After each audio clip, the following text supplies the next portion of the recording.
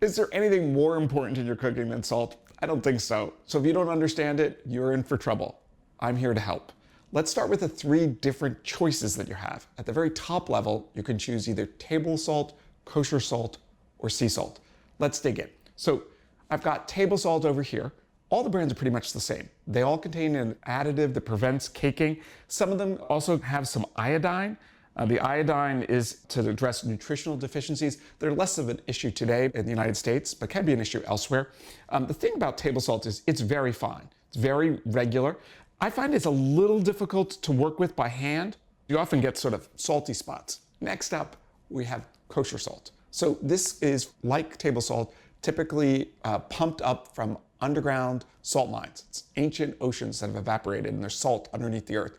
They send water down, they pump up a brine.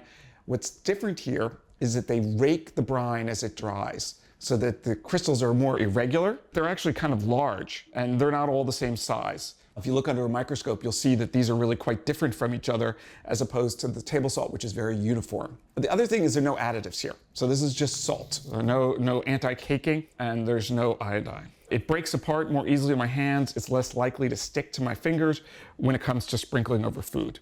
Because I like to cook with my hands rather than measuring spoons, for everyday use, I'm using the kosher salt more often than not. And there are these 2 choices in the supermarket, Diamond Crystal and Morton. And they're surprisingly different. I'm gonna pick up the Morton. They're a little bigger. They're actually harder. That you're not gonna see, but you can definitely feel it as you're cooking. And the reason why it makes a difference is it's a little harder to crush, and it's also a little harder on the tongue. The Diamond Crystal kind of has little hollow crystals that almost melt in your mouth. So in addition, there's sea salt. And you guessed it, this actually comes from the ocean. Now these vary a lot. They can be really fine, they can be really coarse. This is my favorite. This is an English sea salt. It's called Malden. And you can see the crystal size are real. Look at the size of this one.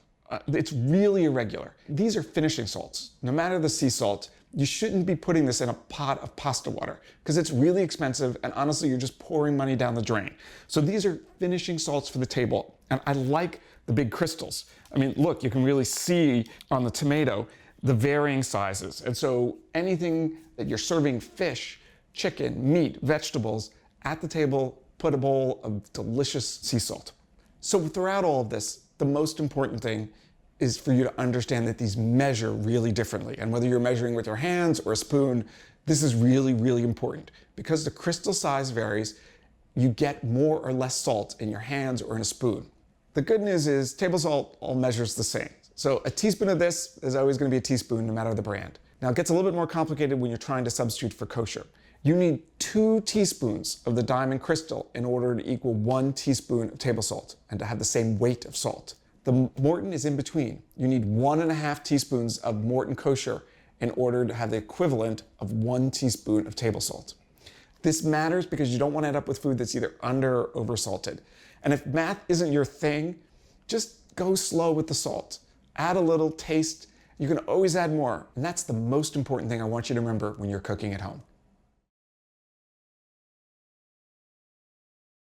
Thanks for watching America's Test Kitchen. What'd you think? Well, leave a comment and let us know which recipes you're excited to make, or you can just say hello.